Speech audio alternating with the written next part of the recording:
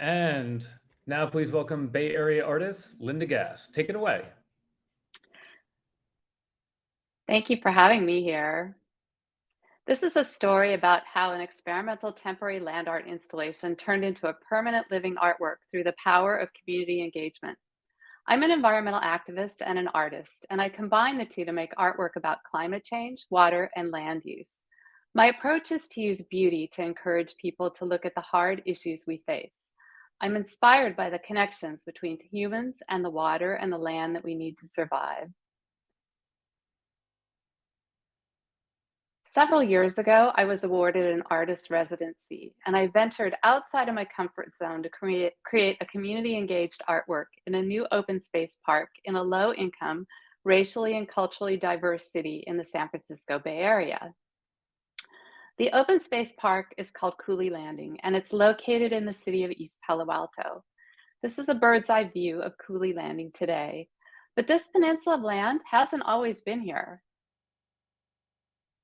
200 years ago, the area was lush wetlands, but from 1932 to 1960, those wetlands were filled with garbage when it was a San Mateo County landfill. Lead, mercury, PCBs, and other toxins were all dumped here. Today, Cooley Landing is a new public park. The toxic landfill has been capped with 6 feet of clean soil. Native species have returned and they're thriving, and there's a beautiful new education center. I invited the local community to participate in creating a temporary land art installation at Cooley Landing to mark the former shoreline of the wetlands with blue plastic survey whiskers. The plan was to leave the installation there for a month. I used this United States Coastal Survey map of San Francisco Bay from 1857 to locate the former shoreline of Cooley Landing. You can see the pier that was the original Cooley Landing, surrounded by extensive wetlands. By placing this map over a recent satellite image, I could locate the former shoreline relative to the present day features.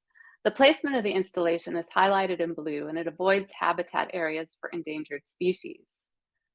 On installation days, I marked the former shoreline with orange flagging tape, and then the community placed the blue survey whiskers along this line by hammering them into the ground with 5-inch nails, and people of all ages participated. Here's a view of part of the final installation. The entire artwork is over 500 feet long and used 2,000 survey whiskers. The community loved it and asked if I could create a permanent installation, but without the plastic. I thought it would be really cool to replace the survey whiskers with native plants, but I had no idea what to plant. So I consulted a local restoration nonprofit, and they suggested native juncus. And together we created a new project called the Living Shoreline. Juncus is a reed that's blue-green in color, and it grows upright, so it was a perfect replacement for the blue plastic survey whiskers. It also has very good long-term survival characteristics. It's drought tolerant, and it grows in meadow or wetland environments. Cooley Landing and nearby East Palo Alto are vulnerable to the impact of sea level rise, so the adaptability of juncus is important. As a wetland plant, it helps reduce the impact of sea level rise by absorbing rising tides. Over the past 5 years, community volunteers have helped to plant and maintain the juncus. On weekends, individuals and families came out to plant, and many returned to check on how it's grown. During the week, we invited school classrooms to participate. They ranged in age from kindergartners to high school students. I was touched to see these young children so focused on planting the juncus. They were so careful and gentle with the plants.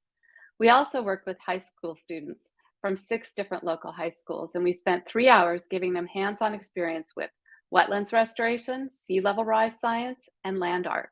And everyone got to plant some juncus. This is the installation a year after it was planted.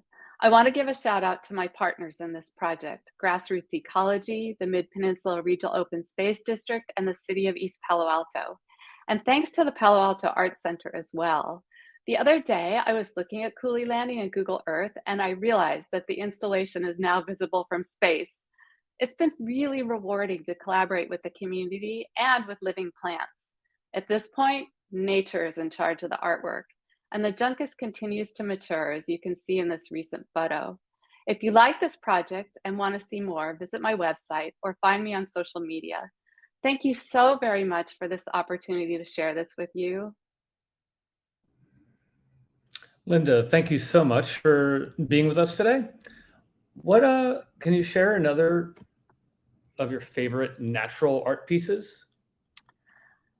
That's a really good question. This is actually the first one that I've done with plants. I've done other land art installations in the landscape using textiles, and I really love collaborating with the other species of plants. So I want to do more of that.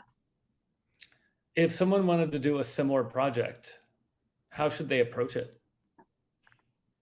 Well, it's really important to get the community buy-in. I did a lot of presentations at city council meetings and collaborating with these different government agencies in order to make it happen.